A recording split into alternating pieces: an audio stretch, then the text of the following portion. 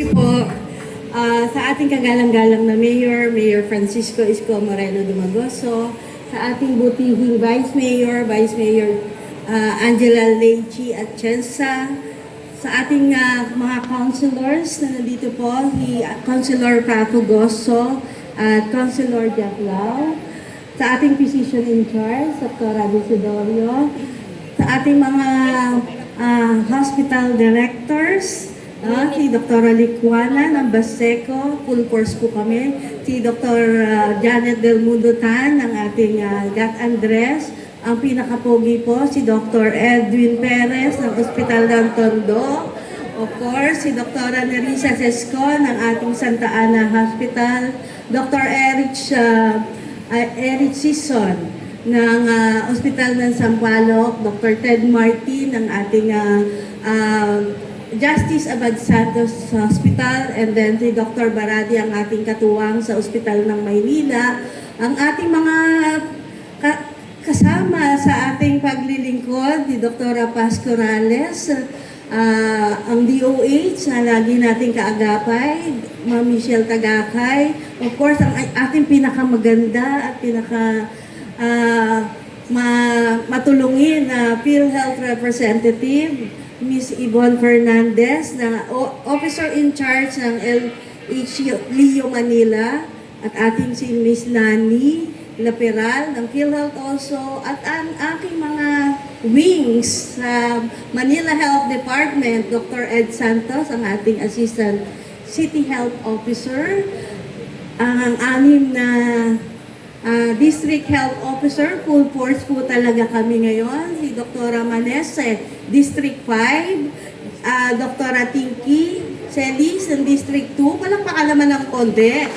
At ang mga hardworking District Health Officers namin, Dr. Corosa, Dr. Pederanga ng District 3, ang punong abala sa San Nicolas, of course, si Dr. Restituto Aguilar ng District 6, lahat po ng ating mga kasamahan dito sa Manila Health Department, BHW, BNS, at mga physicians, sa mga barangay chairman po dito sa distrito na to. Hello po sa inyong lahat, mga kagawad, secretary, at sa inyo pong lahat na bisita namin dito na makaka-witness. Of course, si City Administrator po nandiyan at ang aking mga katuwang na department heads, si Engineer Andres, si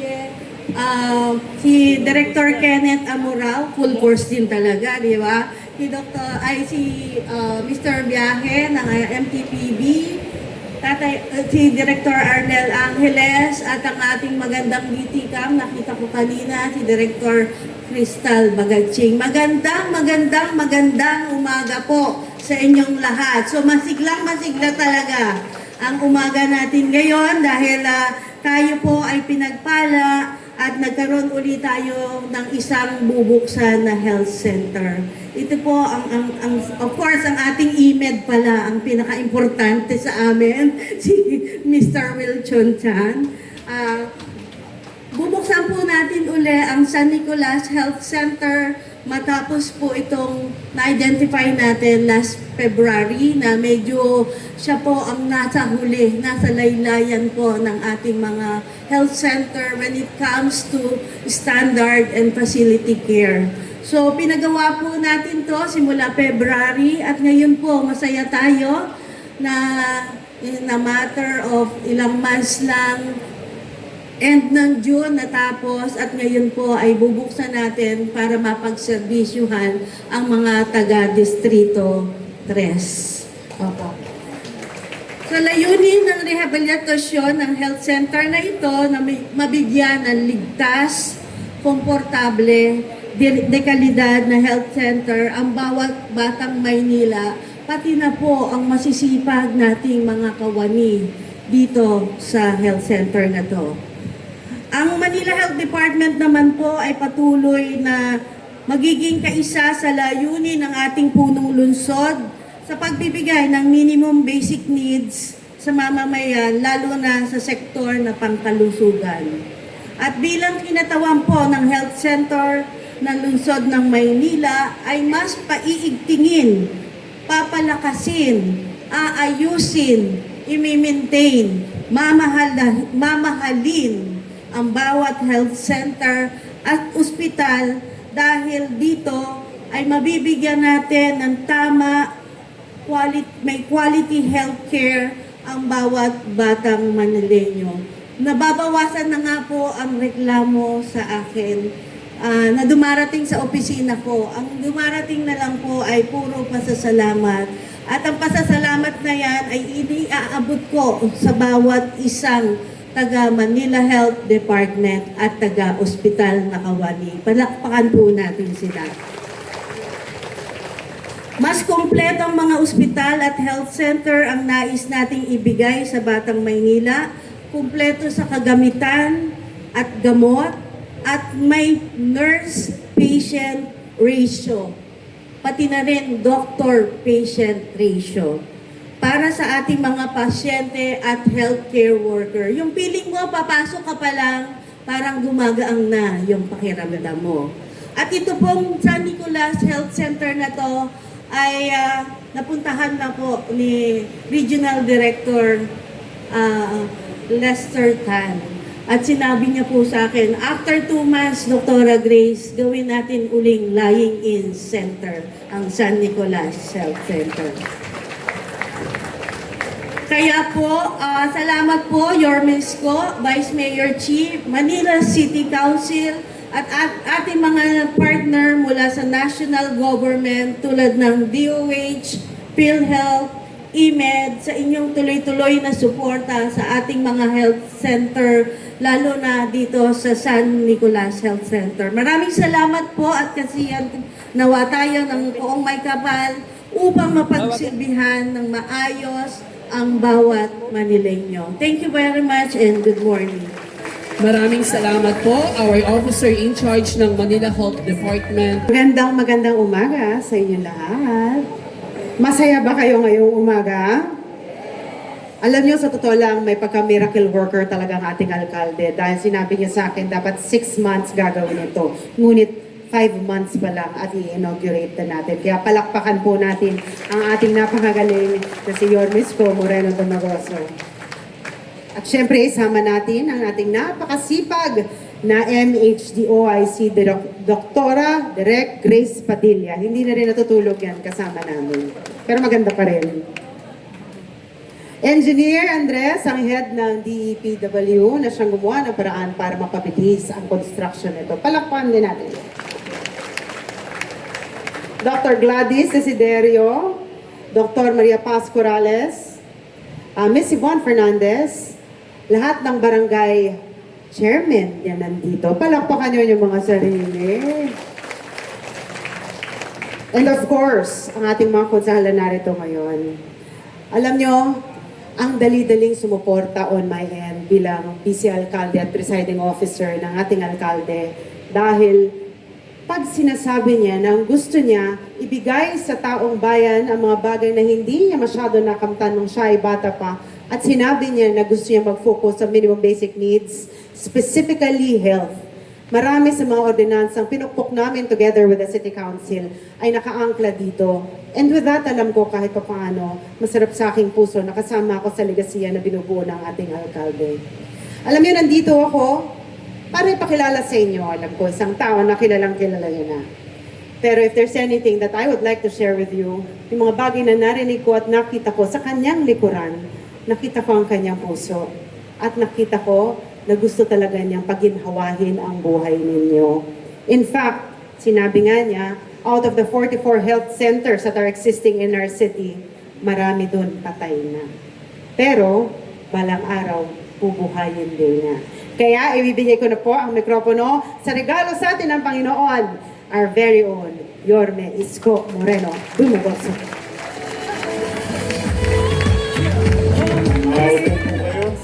Maraming salamat sa ating minamahal na Vice Mayor Chia Chiesa, sa ating Dr. Gladys Desiderio. Welcome back. kabadong-kabado kasi sila noong nakaraan. Kasama niya kanyang mga kasama. Napalayo sila sa dulo ng Pandakan. But I'm happy and excited for you.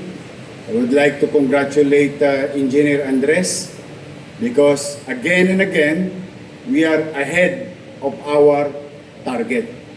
We promise you to rebuild this for 6 months. And today is the 5th month. We're ahead of 1 month. Congratulations, Andres. To our MHD Director, Dr. Padilla, 10 ng kanyang mga BHW, BNS, and medical frontliners, medical and non-medical team. Our partner in national government and private sectors, DOH, EMED, at PhilHealth, ang health ng aking mga health workers nakasalalay sa inyo. Paldo. Kasi talaga pong napakalaking bagay kapag ang pamahalang lokal or public healthcare institution ay nakikipag-ugnayan araw-araw, lagi-lagi sa ating partner na DOH at PhilHealth. Mas marami tayong mabibigay na tulong sa ating mga kababayan. Because any local government, for that matter, cannot do it on its own alone. Despite we are a highly urbanized city, we may have some funds available because of the economic situation of the city. But with that, still, we are challenged. The cost of operation daily for the city to operate properly and efficiently. And in this case, malaking puhunan natin ay pamumuhunan sa minimum basic needs. And it speaks of housing, education, healthcare, and jobs. No? Kaya kailangan talaga mainam, masinop, at epesyente ang pakikipagtulungan ng lokal na pamahalaan at national government and private sectors. And with that, as far as the data is concerned, for the past 365 days of this administration, we are at par. Modesty aside, we are doing okay. But we can do good, we can do better, we can do best. There is always room for improvement. Kaya palakpakan natin ang ating mga national partner. Sa ating mga kasamang kusyal na masipag, maagang dumating ngayon, na Kusyal Lau and Kusyal Pogoso. Palakpakan natin silang dalawa. Special mention ko lang yung paborito ng mga dating dalaga ng District 3. Kasi nung araw dalaga sila, gustong-gusto nila nung binata pa siya. Ngayon, dala na yung mga dalaga sa District 3 at medyo damatans na. Ito ang aking ipapakilala, si Secretary Letlet Sarkal. Kita mo, dami pang fans. Letlet. Saan si Letlet? Kasama ko kanina. Nasa Oblo? Talagang mahal kayo. Ini-inspection in advance. Palakpakan natin si Kusyal Letlet Sarkal. Now, ayun no? Oh my God. Hi, fans. Ayan, dati maraming may crush yan. Yung mga dalaga sa District 3. Ngayon, yung anak niya na pinagkakaguluhan, si Tol Sarkal. But I'm really happy for each and every one of you, to our barangay officials. Chairman, Secretary, Treasurer, Tanod, XO, at mga kagawad na narito, masaya ko para sa inyo. Abay, bakit? Ultimo, mayaman ninyong constituents. Hindi maiilang na pumasok sa public health care. Dahil sa napakaganda nito ninyong health center. Kasi, alam mo, ang Binondo is full of contradiction. Literally, the north and south of economic situation or demographics. Nandito ang mga mayayaman, nandito rin ang mga mahihirap. Halos extreme. Kaya masaya ako na itong health facility na to will not only serve the poor people or mga hikahos nating mga kababayan, lalo na dito sa bandang Wakali at tabing mga ilog sa barangay ninyo. Ngunit, pati na rin yung mga nagtataas ang building na nandiyan dyan, lalo na yung mga minamahal kong lolo't lola. Oh. And it's a good breathing room. I'm happy for Justice Jose Abad Santos Hospital. Bakit? Luluwag yung demand ng space sa kanilang pasilidad. Because if we have a better frontline medical facility and community-based healthcare facility, mas aaliwalas, mas mabibigyan ng sapat na panahon at kaukulang atensyon yung talagang nangangailangan o medyo nalalagay sa bingit ng alanganing mga pasyente natin sa loob ng ospital. For example, if we, with the help of DOH, allow to make this center as lying in, pwede lahat ng tinodas ng mga asawa ninyo, paglabas dito na lang, mas maayos. 9 months thereafter, you need not go to Justice Jose Abad Santos at sama-sama kayo itong nakapila. Nyumanyangga kung kailan kayo sasalang. But with this kind of space, health facility, better facility, just imagine with the capabilities of our medical frontliners in our health centers, our midwife, doctors. Kaya napakalaking bagay na ang lokal na pamahalaan, pinalalakas niya ang kanyang health center. Para na sa ganon, nakapokus na lang yung ating malalaking gusali para sa medical facility. Ang lola ko, hindi na kailangan tumira ng metformin, losartan at pumila sa OPD ng ating ospital. Dito na lamang, with the capabilities of our medical professionals, pwede na. Di ba? Lahat ng kasi kaya kayo nagkasakit sa diabetes. Shoutout mga lolo't lola ko. Masyado kasi kayong mapagmahal. Masyado kayong sweet. Kaya tumaas ang diabetes. But I'm happy for you sa mga lolo't lola ko. Meron naman kayong bagong pasyalan. Pasyalan, kasi kapag medyo tumataas ang presyon, nyanyanggahin ka agad. Pag napatagpo ang medyo tumataas ang blood pressure, sugar, may nyangga ka agad dahil andito na sa inyong community. Hindi na kayo kailangan ma-expose, especially nowadays. As you heard, and we already know, there is a spike in COVID infection. Even in our PGH, although napabalita kanina sa ibang bayan, pero sa atin din may presensya. And the good thing about this, and just the data ng PGH, and sa data natin, medyo we are in a good situation. Pero these are the things that we don't, hindi natin ikinikipit balikan. Dahil alam na natin, nangyari ng pandemya, tama na, mahirap magpakain ng 700,000 families. Mahirap bumili ng tocilizumab, molnupiravir, remdesivir. Napakahirap ng bakuna. Ako lalo na, ayoko na babakunahan ako. Dahil isa lang po sa tatlong ayaw na ayaw ko. Height, multo, at saka injection. Yun, yung tatlong bagay na yun na ayaw ko talaga. But be that as it may, rest assured to the people of Manila and to the barangay officials here, nagkagayak naman ang inyong Manila Health Department. I'm not saying that we are ready for another pandemic, but in as much as we can, through DOH, National Government Hospital, and local government hospital and medical professionals, meron naman ho tayong ginagawang paghahanda.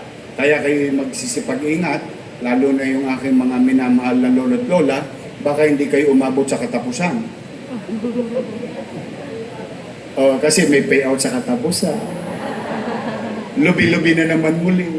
Shout out sa ating mga guro, police, K-12, solo parent, PWDs, teacher, police, yung mga judge kanina, tinira ko na. Lahat kayo halos, so, lahat kayo July. Maglulubi tayo, diba? Enero, Febrero, Abril, Mayo, Hunyo.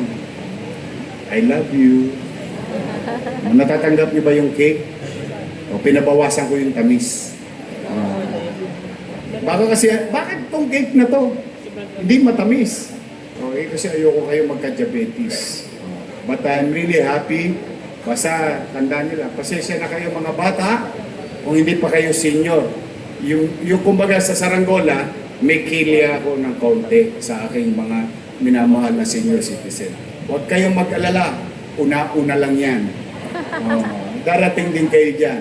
Makakamtan nyo rin ang ekstrang pagmamahal ng pamahalang lungsod ng Maynila bilang isang senior citizen. Kaya sa aking mga lolo't lola, lagi niyong alagaan ang inyong sarili at huwag kayong mangiming gawing pasyalan ang aking health center. Kasi mas mabuti na naagapan ng lahat, mas mabuti na kapag may nararamdaman kayong kaunti, ipa-check up kayo kagad. Kasi gusto ko, umaba ang buhay ninyo. Ngayon man lamang, magkaroon kayo ng pamahalaan sa tinagal-tagal ng pamumuhay nyo sa lungsod ng Maynila, ay makaramdam kayo na parang special ang love sa amin ng pamahalang lungsod. And that's what we wanted to achieve sa aking mga minamahal na lolo at lola. So sa aking mga senior, I love you. Okay, sa inyo naman lahat dito, sa mga barangay, no? Gamitin po ninyo ito. At pasabi ninyo sa mga nagtataas ang building na yan, na nasasakupan ninyo, na kung sakali sila mga ngailangan, ay dito sila tumungo sa ating mga health center. Ito po'y isa lang sa marami. Opo, marami po yan. Maraming babaguhin, gigibain, itatayo ng bago, iaayos at lalagyan ng ekwipo. Masaya ako para sa mga nagtiyaga na inilayo ko pansamantala sa comfort level nila. But now they're back. Magugulat kayo. Yung pintuan ninyo sa banyo, pag binuksan, hindi nasasama. At cross finger ako, mawawala na yung mala-resort ninyong sitwasyon kapag umuulan. Dito po, sigurado ako na flood control itong San Nicolas Health Center. At magugulat kayo, hindi lamang bagong pintura, bagong palitada, bagong pagsasaayos, pati mga gamit pang opisina ninyo. Maayos-ayos na. May mga gamit din kayo pang medical. I'm happy and excited for you. Why? Any person across workplace, whether sa pribado, sa nasyonal, sa lokal, institusyon, kapag maaliwalas ang workplace, kapag mas maayos ang workplace, mas mataas ang efficiency level ng isang individual. Yan ang pinangarap ko para sa bawat isa. In fact, hindi tayo titigil sa mga maliliit na ito. Meron din tayong katamtamang mga malalaki at may pinakamalaki pa tayong gagawin. Tiyak yun. The biggest workplace of the city government as a whole, pangkalahatan in the coming months. Inaayos na po natin, sinisinop natin. Paano maging epesyente bawat palapag, bawat ahensya, at yung pagiging epesyente ng pagsasaayos ay siya rin ginhawa sa mga dadakong taxpayer, sa mga dadakong mga ngailangan, na kung saan hindi na sila magpapanik-panaog kung saan man. Iisipin natin mabuti na ang isang partikular na pangangailangan ay may kaakibat pang isang ahensya na kanyang pupuntahan. At pipilitin natin yun yung magkakaduktong or what you call the ecosystem of a particular service that we're going to provide for our people who will go to that particular building. Soon, i-announce ko po yan sa inyo. But for the meantime, we've been reclaiming, repairing, rebuilding our medical facilities in the front line, in the community base. So this is one of many. Many to come because there is many to fix. Marami pang marahil sa chat group ninyo, sana kami next. Kasi totoo naman po ang itsura ng iba nating medyo karimari-maring. Di ba? Talaga naman, papasok ka pa lang, nakukonsume ka na. But again and again, maswerte kayo MHD. Kasi spoiled kayo sa resources. Dahil doon talaga nakatuon ang malaking portion ng limited resources natin to address the healthcare of our people in the city of Manila. So today, excited ako para sa inyo. Silipin na natin ito. And I would like to congratulate each and everyone. Thank you for your patience. But at least, matangos ang ilong kong makapaglalakad sa bawat isa sa inyo. Magkita tayo sa intersection, kalsada, boulevard o highway, that we went beyond what is being required from us. 6 months became 5 months. Then, you be the judge of a new facility like this. Now, lahat ng ito, isa lang ang request ko. Wala, uulitin ko na lagi. Can you smile? Kapag kaharap ninyo ang ating mga pasyente. Yun lang. Wala na akong ihilingin. Alam mo, ang isang may gout o rayuma o kumikirot ang bulok na ipin na para bang hinahampas mo ang ulo mo sa pader sa kirot. Habang may sakit, walang mauunawa ang katwiran. Tandaan nyo yan, kahit kayo lumagay sa katayuan nila. But, when you are confronted, visited, or any client for that matter, mahirap o mayaman o middle class, kapag ang mga medical practitioner natin and non-medical practitioner in a healthcare facility, kapag kaharap pa lang sila, tas nakita na yung gilagid ninyo. Lahat ang mapuputi ninyong ipin, para bang gumagaling na agad sila. I know the feeling. Maniwala kayo. I go and went to public hospital like Jose Reyes at the time and San Lazaro pag nagtatae ka. Doon ka dinadala. Ang laki ng hiringgilya nung araw. Ang hiringgilya nung araw is stainless. Inabot ko pa yun. But when I see a beautiful nurse, when I see a BHW or barangay nutritioner or a doctor who would happily attend to me, ay, pawi na lahat yung nervous ko. Tapos habang ini-injection ng nakangiti sa'yo, nawawala ang takot mo. So, metaphorically speaking. But the thing is, if we really show our inner selves, which is your profession, which by principle, kaya kayo sumama dyan because you care. No? Alam ko maraming problema sa bahay, maraming problema sa buhay, and so on and so forth. But when we work and go to our workplace, we try to, yung alam mo yung maliwalas yung mukha mo. Hindi nun, Dok, ang sakit. Kumain ka ng maraming matamis, kaya masisira yung ano mo. Imbis na, di ba? Sungit naman ito. Di ba? The point is, ang masakit. O sige, maupo kayo dyan. Okay? Antabay lang kayo, ha? Kasi may nakasalang pa. May dinidistrong ka pang bagang dun. Kayo na po ang susunod. Dok, pag kumakain ako, dire-diretso na. Walang sayad. Kasi bungal na siya. Makita-kita, may 2 piraso pang natitira. Huwag kang mag-alala, Nay. May kakabitan tayo ng pustiso. May talaga, pwede pa ako makapagpustiso. Huwag kang mag-alala, Nay. Titirahin natin yan para pag ngiti mo, may love sa'yo ulit si tatay. These are the things that I really wanted you to do. These are simple conversation, actuation, but it gives a lot of comfort to a sick person. Kaya wala talaga ako ibang hinihingi with all honesty. Kasi yung efficiency, that is a challenge. Depende yan. Quantifiable yan. Pero yung smile, when you smile, that is unquantifiable effect sa isang taong may sakit o may pasyente. Kaya please, do smile always. Smile is it's a universal language. Kapag ang tao nangiti, hindi pa kayo nakakaintindihan, approve. Approve ka agad, di ba? Because it's a universal language. So I just want you to care, extra care for our sick patient. But for now, I believe in you. For now, I believe in you. I believe that you're doing better. We are improving.